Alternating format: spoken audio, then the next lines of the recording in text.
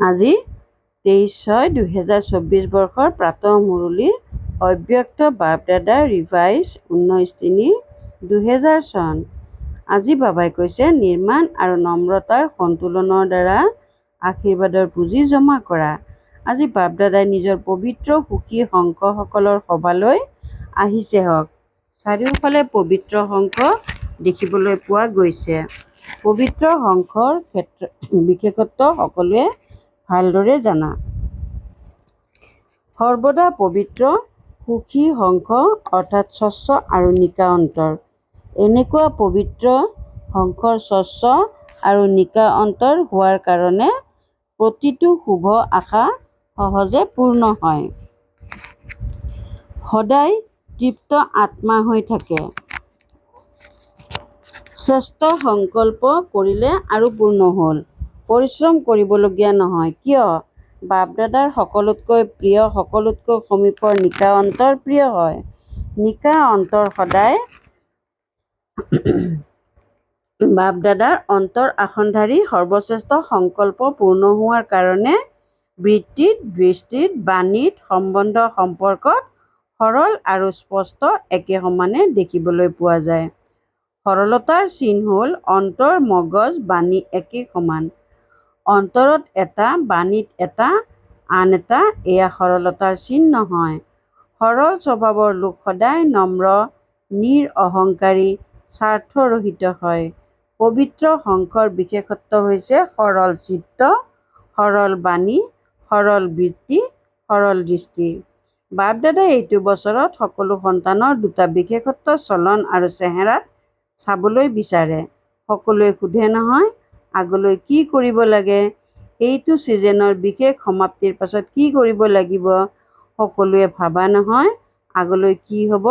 আগলৈ কি কৰিব লাগিব? সেৱাৰ ক্ষেত্ৰতো যথাশক্তি গৰিষ্ঠ সংখ্যকে বহুত ভাল প্ৰগতি কৰিছে, আগবাঢ়ি গৈছে। বাপ-দাদাই এই উন্নতিৰ বাবে অভিনন্দনো জনায়। বৰ ভাল, বৰ ভাল, বৰ ভাল। লগতে ফলাফলত এটা কথা দেখা পোৱা গ'ল। সেইটো কি শুনাওনে? শিক্ষকসকলক শুনাওনে? ডবল বিদেশীসকল শুনাওনে? পাণ্ডৱ শুনাওনে? হাত উঠোৱা, তেতিয়া শুনাম, নহ'লে নুশুনাও। অৰ্থাৎ সকলোৱে হাত উঠালে। বৰ ভাল। এটা কথা কি দেখিলোঁ, কিয়নো আজি সূক্ষ্মলোকত বাপ-দাদাৰ পৰস্পৰ বাৰ্তালাপ হৈছিল। কেনেকৈ বাৰ্তালাপ কৰিব? দুয়ো কেনেকৈ ইজনে সিজনে বাৰ্তালাপ কৰিব? যেনেকৈ ইয়াত এইখন জগতত তোমালোকে একক অভিনয় কৰা নহয়, বহুত ভালকৈ কৰা। গতিকে তোমালোকৰ সাকাৰ জগততো এটা আত্মাই দ্বৈত অভিনয় কৰে আৰু বাপ-দাদা দুটা আত্মা এটা শৰীৰত আছে। পাৰ্থক্য হ'ল নহয়, সেয়েহে বহুত মজাৰ কথা হয়। গতিকে আজি সূক্ষ্মলোকত বাপ-দাদাৰ বাৰ্তালাপ চলিল। কোনটো কথাৰ ওপৰত? তোমালোক সকলোৱে জানা যে পিতা ব্ৰহ্মা কোনটো কথাত উৎসাহিত হয়? জানা নহয় ভালদৰে? পিতা ব্ৰহ্মাৰ উৎসাহ আছিল অতি সোনকালে হওক। সেয়েহে শিৱ-পিতাই পিতা ব্ৰহ্মাক ক'লে বিনাশ বা পৰিৱৰ্তন কৰাটো এটা চাপৰিও কথা নহয়, টিলিকি বজোৱাৰহে কথা। কিন্তু প্ৰথমে তুমি 108 নহয়, আধা মালা তৈয়াৰ কৰি দিয়া। তেতিয়া পিতা ব্ৰহ্মাই কি উত্তৰ দিলে কোৱা? অৰ্থাৎ তৈয়াৰ হৈ আছে। বাৰু, আধা মালাও তৈয়াৰ হোৱা নাই নেকি? পুৰা মালাৰ কথা বাদেই দিয়া, আধা মালা তৈয়াৰ হৈছেনে? সকলোৱে হাঁহি আছে। হহা মানে কিবা আছে। যিসকলে কোৱা যে আধা মালা তৈয়াৰ হৈছে, তেওঁলোকে এখন হাত উঠোৱা। তৈয়াৰ হৈছেনে? বহুত কম সংখ্যক আছে। যিসকলে ভাবা যে হৈ আছে, তেওঁলোকে হাত উঠোৱা। গৰিষ্ঠ সংখ্যকে কয় যে হৈ আছে আৰু কম সংখ্যকে কয় যে হৈ গৈছে। যিসকলে হাত উঠাইছা যে তৈয়াৰ হৈছে, তেওঁলোকক বাপ-দাদাই কয় তোমালোকে নাম লিখি দিবা। ভাল কথা নহয় জানো? বাপ-দাদাইহে চাব, আন কোনেও নাচায়। বন্ধ কৰি থোৱা হ'ব। বাপ-দাদাই চাব যে এনেকুৱা ভাল আশাৰ মণি কোন কোন আছে। বাপ-দাদাইও ভাবে হ'ব লাগে। গতিকে এওঁৰ পৰা নাম ল'বা, এওঁলোকৰ ফটো ল'বা। তেন্তে পিতা ব্ৰহ্মাই কি উত্তৰ দিলে? তোমালোক সকলোৱেতো ভাল ভাল উত্তৰ দিলা। পিতা ব্ৰহ্মাই ক'লে তেন্তে বছ, কেৱল ইমানেই বাকী যে আপুনি টিলিকি বজাব, তেওঁলোকে তৈয়াৰ হৈ যাব। তেন্তে ভাল কথা হ'ল নহয়। তেতিয়া শিৱপিতাই ক'লে, বাৰু গোটেই মালা তৈয়াৰ হৈছেনে? আধা মালাৰতো উত্তৰ পালোঁ, গোটেই মালাৰ কথা সুধিছোঁ। এই ক্ষেত্ৰত ক'লে অলপ সময় লাগিব। এই বিষয়ে বাৰ্তালাপ চলিল। কিয় অলপ সময় লাগে? বাৰ্তালাপতো প্ৰশ্নৰ উত্তৰেই চলে নহয়। কিয় অলপ সময় লাগে? কোনটো বিশেষ দুৰ্বলতা আছে যাৰ কাৰণে আধা মালাও তৈয়াৰ হোৱা নাই? তেতিয়া প্ৰতিটো অঞ্চলৰ সকলো সন্তানক প্ৰকট কৰি গ'ল। যেনেকৈ তোমালোকৰ নিজৰ মণ্ডল আছে নহয়, তেনেকুৱা এটা এটা মণ্ডল নহয়, কাৰণ মণ্ডলবোৰ বহুত ডাঙৰ। সেয়েহে এখন এখন বিশেষ চহৰ প্ৰকট কৰি গ'ল আৰু প্ৰত্যেকৰে চেহেৰা চাই গ'ল। চাই চাই পিতা ব্ৰহ্মাই ক'লে যে এটা বিশেষত্ব এতিয়া অতি সোনকালে সকলো সন্তানে ধাৰণ কৰি ল'লে তেতিয়া মালা তৈয়াৰ হৈ যাব। কোনটো বিশেষত্ব? তেতিয়া এয়াই ক'লে যে যিমান সেৱাত উন্নতি কৰিছে, সেৱা কৰি আগবাঢ়ি গৈছে, ভালকৈ আগবাঢ়ি গৈছে, কিন্তু এটা কথাৰ সন্তুলন কম আছে। সেইটো কথা এয়াই যে নিৰ্মাণ কৰাটো ভালদৰে আগবাঢ়ি গৈছে, কিন্তু নিৰ্মাণৰ লগতে নম্ৰতা, এটা হ'ল নিৰ্মাণ আৰু আনটো হ'ল নম্ৰতা। মাত্ৰাৰ পাৰ্থক্য আছে, কিন্তু নিৰ্মাণ আৰু নম্ৰতা দুয়োটাৰে সন্তুলনত অন্তৰ আছে। সেৱাৰ উন্নতিত নম্ৰতাৰ পৰিৱৰ্তে ক'ৰবাত কেতিয়াবা স্ব-অভিমানো মিহলি হৈ যায়। যিমান সেৱাত আগবাঢ়া সিমানেই বৃত্তিত, দৃষ্টিত, বাণীত, চলনত নম্ৰতা দেখা দিয়ক। এইটো সন্তুলনৰ এতিয়া বহুত আৱশ্যকতা আছে। এতিয়ালৈকে সম্বন্ধ সম্পৰ্কত থকাসকলৰ পৰা যি আশীৰ্বাদ পাব লাগে সেই আশীৰ্বাদ পোৱা নাই। আৰু পুৰুষাৰ্থ কোনোবাই যিমানেই কৰে ভাল কথা, কিন্তু পুৰুষাৰ্থৰ লগতে যদি আশীৰ্বাদৰ পুঁজি জমা কৰা নাই, তেন্তে দাতাবোধৰ স্থিতি, দয়াশীল হোৱাৰ স্থিতিৰ অনুভূতি নহয়। স্ব-পুৰুষাৰ্থ আৰু লগতে বাপ-দাদা আৰু পৰিয়ালৰ কনিষ্ঠ জ্যেষ্ঠ সকলোৰে আশীৰ্বাদৰ আৱশ্যকতা আছে। এয়া যি আশীৰ্বাদ, এই পুণ্যৰ পুঁজি জমা কৰিব লাগে। এয়া নম্বৰত যোগ হয়। যিমানেই সেৱা কৰা, নিজৰ সেৱাৰ নিচাত আগবাঢ়ি গৈ থাকা। কিন্তু বাপ-দাদাই সকলো সন্তানৰ মাজত এইটো বিশেষত্ব চাব বিচাৰে যে সেৱাৰ লগতে নম্ৰতা, সমন্বয়তা, এই পুণ্যৰ পুঁজি জমা হোৱাটো অতি আৱশ্যক। পাছত নকবা যে মইতো বহুত সেৱা কৰিলোঁ, মইতো এয়া কৰিলোঁ, কিন্তু নম্বৰ পিছত কিয়? সেইবাবে বাপ-দাদাই প্ৰথমৰ পৰাই ইংগিত দিছে যে বৰ্তমান সময়ত এই পুণ্যৰ পুঁজি বহুত জমা কৰা। এনেকৈ নাভাবিবা যে এওঁতো হয়েই এনেকুৱা, এওঁতো পৰিৱৰ্তন নহয়। প্ৰকৃতিকো যেতিয়া পৰিৱৰ্তন কৰিব পাৰা, প্ৰকৃতিৰ সৈতে সহাৱস্থান কৰিবা নহয়, তেন্তে ব্ৰাহ্মণ আত্মাৰ সৈতে সহাৱস্থান কৰিব নোৱাৰা জানো? বিৰোধীৰ সৈতে সহাৱস্থান কৰা, এয়া হ'ল নিৰ্মাণ আৰু নম্ৰতাৰ সন্তুলন। শুনিলা? অন্ততঃ ঘৰত কৰিবলৈ দিয়া কাম কৰি দেখুৱাবা নহয়, কিবাতো ঘৰত কৰিবলৈ কাম পাবা নহয়। গতিকে বাপ-দাদাৰ আগন্তুক ছিজনত আহিব, কিন্তু চৰ্ত দিব।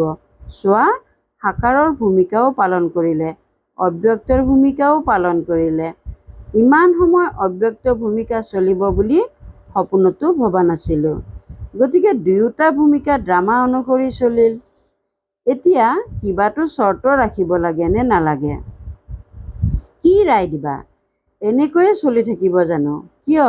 আজি সূক্ষ্মলোকত কাৰ্যসূচীৰ বিষয়েও সুধিলে। গতিকে বাপ-দাদাৰ বাৰ্তালাপত এয়াও ওলাইছিল যে এই ড্ৰামাৰ ভূমিকা কেতিয়ালৈকে চলিব। কিবা তাৰিখ আছেনে? অৰ্থাৎ ডেৰাডুনৰ প্ৰেম ভগ্নীৰ সৈতে জন্ম পত্ৰিকা শুনোৱা। কেতিয়ালৈকে এনেকৈ চলি থাকিব? এতিয়া এইটো প্ৰশ্ন উঠিছে, কেতিয়ালৈকে? 6 মাহটো আছেই নহয়, 6 মাহৰ পাছতহে নতুন ছিজন আৰম্ভ হয়। গতিকে বাপ-দাদাই ফলাফল চাব বিচাৰে। অন্তৰ নিকা কোনো পুৰণা সংস্কাৰৰ অভিমান অপমান উপলব্ধিৰ যাতে দাগ এটাও নাথাকে। বাপ দাদাৰ ওচৰতো অন্তৰৰ ছবি লোৱা যন্ত্ৰ আছে। ইয়াত এক্স-ৰেত স্থূল অন্তৰ দেখা পোৱা যায় নহয়, গতিকে সূক্ষ্ম লোকত অন্তৰৰ চিত্ৰ বহুত স্পষ্টকৈ দেখা পোৱা যায়। যিকোনো প্ৰকাৰৰ সৰু ডাঙৰ দাগ কিছুমান অস্পষ্ট কিছুমান স্পষ্টকৈ দেখা পোৱা যায়। আজি হোলী অৰ্থাৎ ফাকুৱা উদযাপন কৰিব আহিছা নহয়? অন্তিম পাল হোৱাৰ কাৰণে প্ৰথমে ঘৰত কৰিবলৈ কাম দিলোঁ, কিন্তু হোলীৰ অৰ্থ আনকো শুনোৱা যে হোলী উদযাপন কৰা অৰ্থাৎ হৈ যোৱা কথা পাহৰি যোৱা। হোলী উদযাপন কৰা অৰ্থাৎ অন্তৰত কোনো সৰু ডাঙৰ দাগ থাকিব নালাগে। একেবাৰে নিকা অন্তৰ সৰ্বপ্ৰাপ্তি সম্পন্ন। বাপ দাদাই আগতেও শুনাইছে যে বাপ দাদাৰ সন্তুলনৰ প্ৰতি স্নেহ থকাৰ কাৰণে এটা কথা ভাল নালাগে, সেইটো হ'ল পৰিশ্ৰম বহুত কৰে। যদি অন্তৰ নিকা হৈ যায় তেন্তে পৰিশ্ৰম নহয়, দিলাৰাম অৰ্থাৎ অন্তৰ দিওঁতা অন্তৰত সমাহিত হৈ থাকিব আৰু তোমালোক অন্তৰত সমাহিত হৈ থাকিবা আৰু তোমালোক দিলাৰামৰ অন্তৰত সমাহিত হৈ থাকিবা। অন্তৰত পিতা সমাহিত হৈ আছে। কোনো ৰূপতে মায়া সূক্ষ্ম ৰূপতেই হওক, মাৰ্জিত ৰূপতেই হওক বা স্থূল ৰূপতেই হওক, কোনো ৰূপতে মায়া আহিব নোৱাৰে। সপোনতো সংকল্পতো মায়া আহিব নোৱাৰে। তেতিয়া পৰিশ্ৰম মুক্ত হৈ যাবা নহয়। বাপ দাদাই মনেৰেও পৰিশ্ৰম মুক্ত হোৱা চাব বিচাৰে। পৰিশ্ৰম মুক্তই জীৱন মুক্তৰ অনুভৱ কৰিব পাৰে। হোলী উদযাপন কৰা মানে পৰিশ্ৰম মুক্ত জীৱন মুক্ত অনুভূতি থকা। এতিয়া বাপ দাদাই মনৰ শক্তিৰে সেৱাক শক্তিশালী কৰিব বিচাৰে। বাণীৰ দ্বাৰা সেৱা চলি আছে, চলি থাকিব, কিন্তু ইয়াত সময় লাগে, সময় কম। সেৱা এতিয়াও বহুত আছে। ফলাফল তোমালোক সকলোৱে শুনালা। এতিয়ালৈকে 108ৰ মালাও তৈয়াৰ কৰিব পৰা নাই। 16,009 লাখ এয়াতো বহুত দূৰ হৈ গ'ল। ইয়াৰ বাবে খৰতকীয়া বিধি লাগে। প্ৰথমে নিজৰ মনক শ্ৰেষ্ঠ স্বচ্ছ কৰি তোলা, এটা ছেকেণ্ডো যাতে ব্যৰ্থত নাযায়। যেতিয়ালৈকে গৰিষ্ঠ সংখ্যকৰ ব্যৰ্থ সংকল্প শতাংশৰ হিচাপত আছে, অশুদ্ধ নহয় কিন্তু ব্যৰ্থ, সেইবাবে মনৰ তীব্ৰ গতিৰে হ'ব নোৱাৰে। এতিয়া হোলী উদযাপন কৰা অৰ্থাৎ মনক ব্যৰ্থৰ পৰাও পবিত্ৰ কৰি তোলা। হোলী উদযাপন কৰিলানে? উদযাপন কৰা অৰ্থাৎ তেনেকুৱা হৈ যোৱা। জগতৰ লোকেতো ভিন্ন ভিন্ন ৰঙেৰে ফাকুৱা উদযাপন কৰে, কিন্তু বাপ দাদাই সকলো সন্তানৰ ওপৰত দিব্য গুণৰ দিব্য শক্তিৰ জ্ঞান গোলাপৰ ৰং ঢালি দিয়ে। আজি সূক্ষ্ম লোকৰ আৰু খবৰ আছে। এটাটো শুনালো বাৰ্তালাপৰ, আনটো এইটো আছিল যে যিসকল তোমালোকৰ ভাল ভাল সেৱাৰ সংগী আগতীয়াকৈ দলত গৈছে, তেওঁলোকৰ আজি সূক্ষ্ম লোকত হোলী উদযাপন কৰাৰ দিন আছিল। তোমালোকৰো যেতিয়া কিবা সুযোগ আহে তেতিয়া স্মৃতিটো আহে নহয়। যেতিয়া নিজৰ দাদীসকলৰ, সখীসকলৰ, পাণ্ডৱসকলৰ স্মৃতিটো আহে নহয়। আগতীয়াকৈ দল বহুত ডাঙৰ হৈ গ'ল। যদি নাম লোৱা হয় তেতিয়া বহুত হ'ব। সেয়েহে সূক্ষ্ম লোকত আজি সকলো প্ৰকাৰৰ আত্মা হোলী উদযাপন কৰিবলৈ আহিছিল। সকলোৱে নিজৰ নিজৰ পুৰুষাৰ্থৰ প্ৰাৰব্ধ অনুসৰি ভিন্ন ভিন্ন ভূমিকা পালন কৰি আছে। আগতীয়া দলৰ ভূমিকা এতিয়ালৈকে গুপ্ত হৈ আছে। তোমালোকে ভাবা নহয় কি কৰি আছা। তেওঁলোকে তোমালোকক আহ্বান জনাই আছে যে সম্পূৰ্ণ হৈ দিব্য জন্মৰ দ্বাৰা নতুন সৃষ্টিৰ নিমিত্ত হোৱা। সকলো নিজৰ ভূমিকাত আনন্দিত। এইটো স্মৃতি নাই যে আমি সংগম যুগৰ পৰা আহিছোঁ। দিব্যতা আছে, পবিত্ৰতা আছে, পৰমাত্মা প্ৰেম আছে, কিন্তু জ্ঞান স্পষ্টকৈ জাগ্ৰত হোৱা নাই। উপৰাম বোধ আছে, কিন্তু যদি জ্ঞান জাগ্ৰত হৈ যায় তেন্তে সকলো দৌৰি মধুবনলৈতো আহি যাব নহয়। কিন্তু এওঁলোকৰ ভূমিকা উপৰাম জ্ঞানৰ শক্তি আছে। শক্তি কম হোৱা নাই। নিৰন্তৰ মৰ্যাদাপূৰ্বক ঘৰৰ বাতাৱৰণ, মাতা পিতাৰ সন্তুষ্টতা, আৰু স্থূল সাৱধান সকলো পাইছে। মৰ্যাদাত বহুত দৃঢ়, ক্ৰমানুসৰিতো আছে, কিন্তু বিশেষ আত্মাসকল দৃঢ়। উপলব্ধি কৰে যে আমাৰ পূৰ্বজন্ম আৰু পূৰ্বজন্ম মহান আৰু মহান হৈ থাকিব। চেহেৰাৰ ফালৰ পৰাও গৰিষ্ঠ সংখ্যককেই অভিজাত পৰিয়ালৰ তৃপ্ত আত্মা, ভৰপূৰ আত্মা, হৰ্ষিত আত্মা আৰু দিব্যগুণ সম্পন্ন আত্মা ৰূপত দেখা যায়। এয়াটো হ'ল তেওঁলোকৰ ইতিহাস। কিন্তু সূক্ষ্ম লোকত কি হ'ল? হোলী কেনেকৈ উদযাপন কৰিলে? তোমালোকে দেখিছা চাগৈ যে হোলীত বিভিন্ন ৰঙৰ শুকান ৰং থালিত ভৰপূৰ কৰি ৰাখে। গতিকে সূক্ষ্ম লোকততো যেনেকৈ শুকান ৰং থাকে নহয়, এনেকুৱা বহুত মিহি জিলিকি থকা হীৰা আছিল, কিন্তু গধুৰ নহয়। যেনেকৈ ৰং হাতত তুলি ল'লে তেতিয়া পাতল হয় নহয়, তেনেকৈ বিভিন্ন ৰঙৰ হীৰাৰ থালি ভৰপূৰ হৈ আছিল। গতিকে যেতিয়া সকলো আহি গ'ল, তেতিয়া সূক্ষ্ম লোকৰ স্বৰূপ কেনেকুৱা হয় জানানে? আলোকৰেই হয় নহয়, দেখিছা নহয়? গতিকে আলোকৰ প্ৰকাশময় কায়াটো প্ৰথমৰ পৰাই জিলিকি থাকে। সেয়েহে বাপ দাদাই সকলো নিজৰ সংগমযোগী শৰীৰত প্ৰকট কৰিলে। যেতিয়া সংগমযোগী শৰীৰত প্ৰকট হ'ল, তেতিয়া পৰস্পৰ মিলন উদযাপন কৰিবলৈ ধৰিলে। আগতীয়াকৈ দলৰ জন্মৰ কথা পাহৰি গ'ল আৰু সংগমৰ কথাত জাগ্ৰত হৈ গ'ল।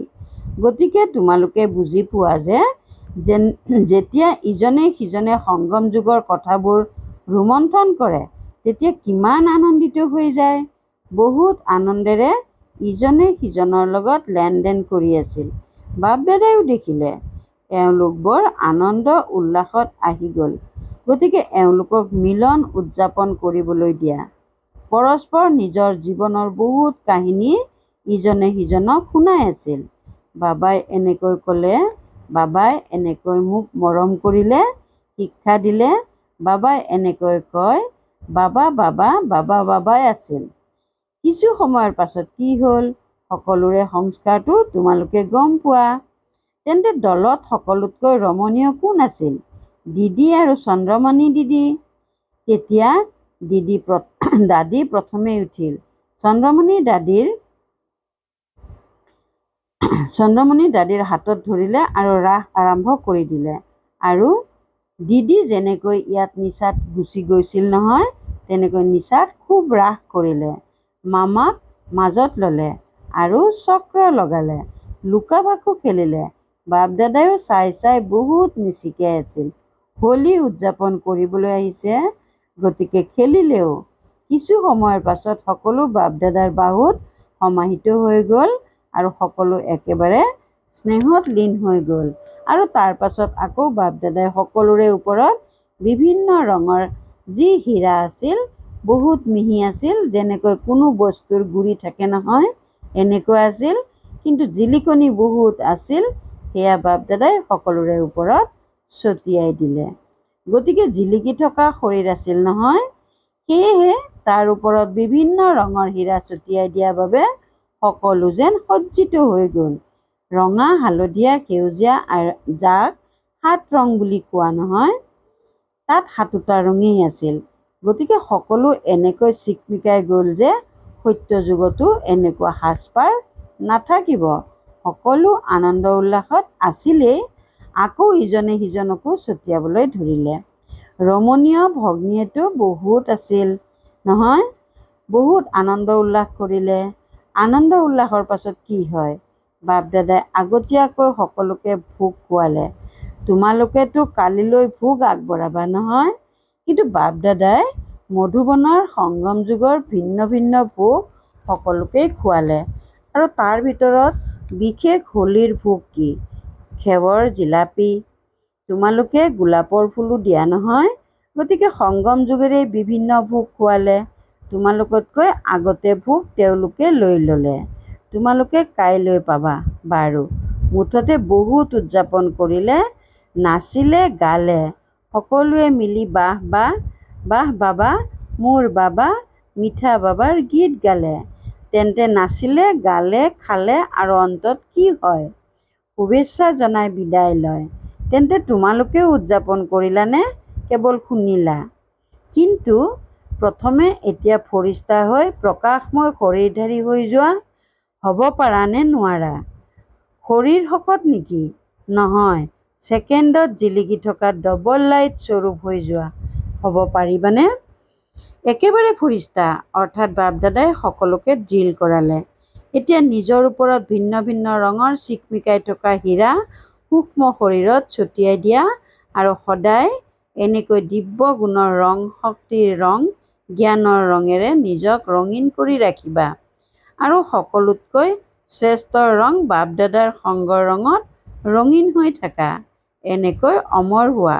বাৰু, এনেকুৱা দেশ-বিদেশৰ ফৰিস্তাস্বৰূপ সন্তানসকলক সদায় নিকা অন্তৰ প্ৰাপ্তি সম্পন্ন সন্তানসকলক সঁচা হোলী উদযাপন কৰা, অৰ্থাৎ অৰ্থসহিত চিত্ৰ প্ৰত্যক্ষ ৰূপত আনোতা সন্তানসকলক, সদায় নিৰ্মাণ আৰু নম্ৰতাৰ সন্তুলন ৰাখোতা সন্তানসকলক, সদায় আশীৰ্বাদৰ পুণ্যৰ পুঁজি জমা কৰোতা সন্তানসকলক বহুত বহুত পদম গুণ স্নেহ সহিত স্মৰণ আৰু নমস্কাৰ।